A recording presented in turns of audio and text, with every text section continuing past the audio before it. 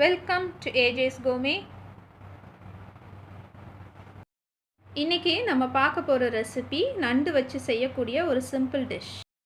இந்த ரெசிபிக்கு முக்கியமானது இந்த நண்டு தான். ஸோ இது ஒரு 1/2 kg இருக்கும். இந்த நண்டை இப்போ க்ளீன் பண்ணி எடுத்துகிட்டு வந்துடலாம்.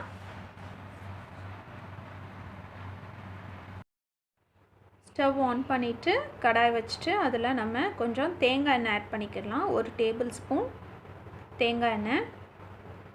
சீ ஃபுட்டுக்கெலாம் தேங்காய் எண்ணெய் ஆட் பண்ணால் நல்லா வாசமாக இருக்கும். இதில் ஒரு 1/2 டீஸ்பூன்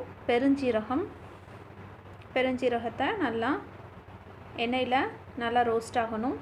இப்போ இதில் 1.5 டீஸ்பூன் இஞ்சி பூண்டு பேஸ்ட் வந்து நல்லா அந்த எண்ணெயில் வதங்கணும். அப்போ தான் உங்களுக்கு அந்த பச்சை வாசம் போகும்.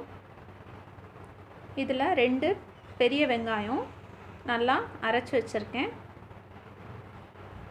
வெங்காய பேஸ்ட் இதையும் அந்த எண்ணெயில் ஆட் பண்ணிவிட்டு நல்லா மிக்ஸ் பண்ணி விட்ருங்க. ஆயிலில் நல்லா அது ரோஸ்ட் ஆகணும். அப்போ தான் மசாலாவில் அந்த பச்சை ஸ்மெல் இல்லாமல் இருக்கும். இப்போ இதில் ஒரு 3 மீடியம் சைஸ் தக்காளி எடுத்துருந்தேன்.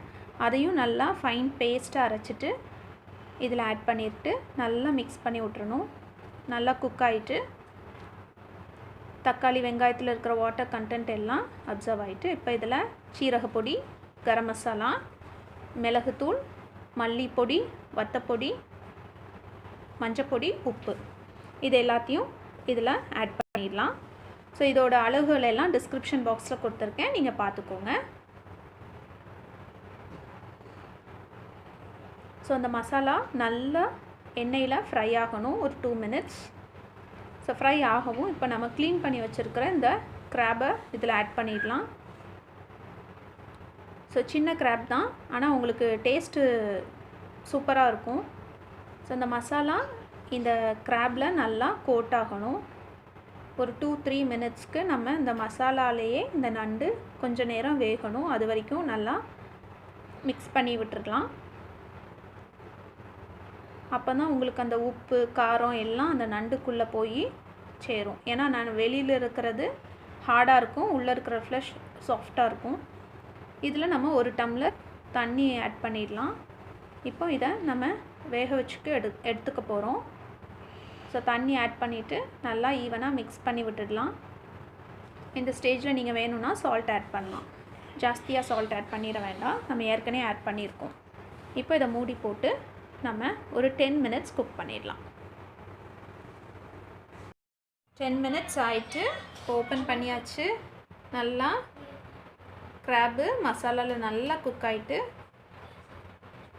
எண்ணெய்லாம் மேலே பிரிஞ்சு வர ஆரம்பிச்சிட்டு. ஸோ இப்போ இதில் நம்ம கொஞ்சம் மல்லியில் ஆட் பண்ணிக்கலாம்.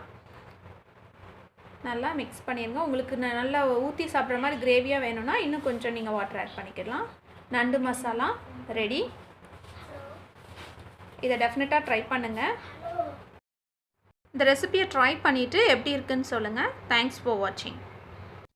சேனலை இது வரைக்கும் சப்ஸ்கிரைப் பண்ணாதவங்க சப்ஸ்கிரைப் பண்ணிக்கோங்க. பெல் ஐக்கானை கிளிக் பண்ணுங்கள். அப்போ தான் நாங்கள் போடுற வீடியோஸ் உங்களுக்கு உடனுக்குடனே